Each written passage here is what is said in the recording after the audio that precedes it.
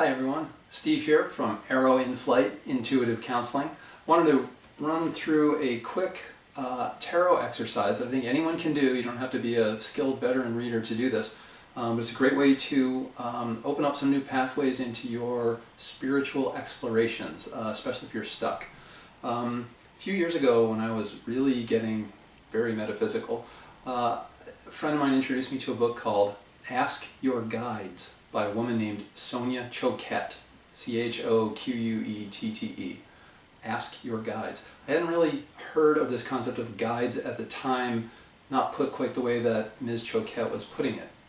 The idea is essentially that there are forces out there in the universe that can act as guide figures, as sort of like benefactors, benevolent counselors for us. Think about a guardian angel. That's a classic guide figure.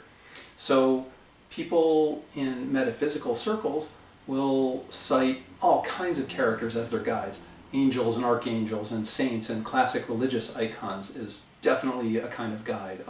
The Judeo-Christian God is, of course, incredibly widely used guide figure. But there's other things. There's deities from world mythology, goddesses and gods.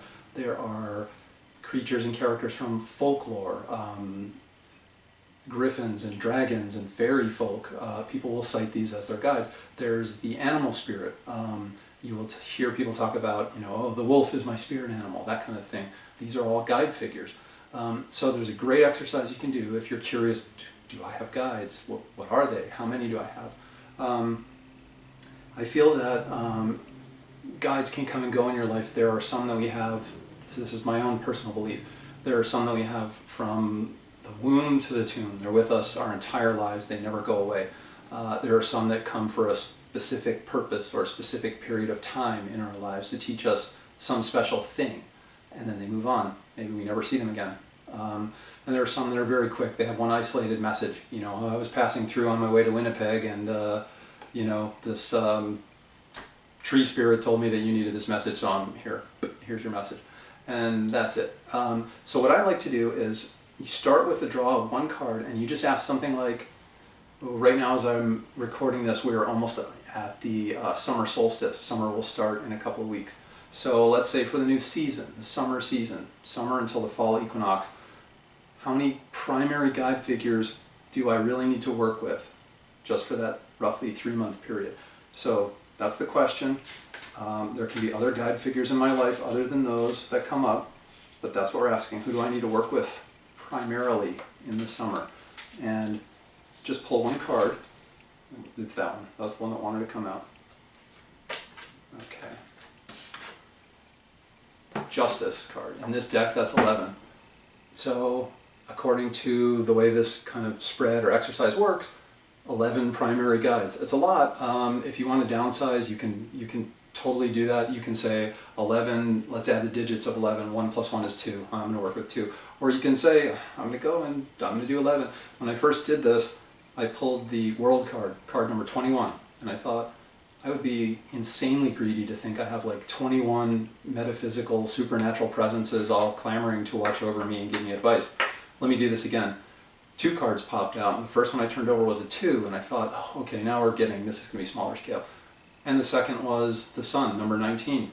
2 and 19 is 21 again. So I forged ahead and worked on 21 guides. But you don't have to do that, whatever works for you. But so let's say that we've got the Justice card 11. What you would do next is pull one card for each of those guide figures. So here it would be 11 cards. I'm not going to pull 11, but just so you get the idea of how it goes, one for each. So the first guide figure, a description of the first of your 11 guide figures that you need to work with primarily over the summer. This is the one that first wanted to come out. The World card. So you'd be looking for a guide that embodies the traits of the world. Someone who maybe sees everything from a high vantage point, who understands the big picture, the forest, not just the trees. Someone who has to do with cycles. The world is often a card about cycles. So you can think about figures from mythology and assorted folklore that have to do with cycles, maybe the cycles of seasons. It could be the leader of the gods. Odin in Norse mythology has a throne from which he can see all of the 9 worlds. That would be kind of a world picture.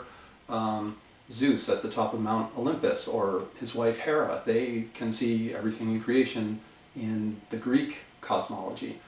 We could be talking about figures like that, someone who has their arms around the world. It could be something very specific to the card. Look at the symbols. Here we have an eagle, that could again be Zeus. All of these are the fixed signs of the zodiac, so that's also Scorpio. You've got a male figure, a human-looking figure, a bull, a lion. Do those trigger anything for you? Think about the meanings, think about the symbols, and start to try to figure out who is that guide, and then move on and do one for each. Let the first round, especially like 11 or some high number, or 21 like I did, let it percolate for a couple of days. And if you're really stuck, if nothing's coming to you, do another round, another card, added description for each guide figure. You should notice as you start the exercise, once you get a sort of intuitive hit, oh, I think maybe this is talking about Odin or Zeus or whoever, Archangel Raphael, or whoever pops out of your subconscious at you, you may start to notice synchronicities in the world that will kind of reinforce that you're on the right track. Suddenly, say you decide, oh yeah, that's Archangel Raphael, I think that's who we're talking about here. Then all of a sudden, you're shopping and someone calls their child and the little boy's name is Raphael. You go home and someone flips on the TV and it's an old Teenage Mutant Ninja Turtles thing and somebody's yelling the name Raphael.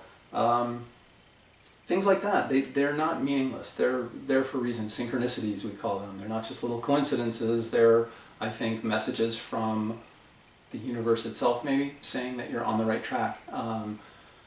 That's what you want to watch out for. And just keep going till you nail them down. If you figure out who your guides are, it can be incredibly rewarding to try to work with them. What can they help you with? What do they want from you? What can they help you to accomplish? What can they teach you? How can they inspire you? Working with guides is a tremendously powerful activity and can yield a lot of benefits. So that's my Finding Your Guides spread. It's not even quite a spread, exercise. Hope you have good luck with it. You can find me at arrowinflight.wordpress.com. Again, I'm Steve. Happy to help you with this spread. If you have questions or comments, feel free to contact me. Please do feel more than invited to like and follow my pages. I'm on Instagram, Twitter, Facebook, all the usual social media haunts. And I will hope to hear from you. Thanks.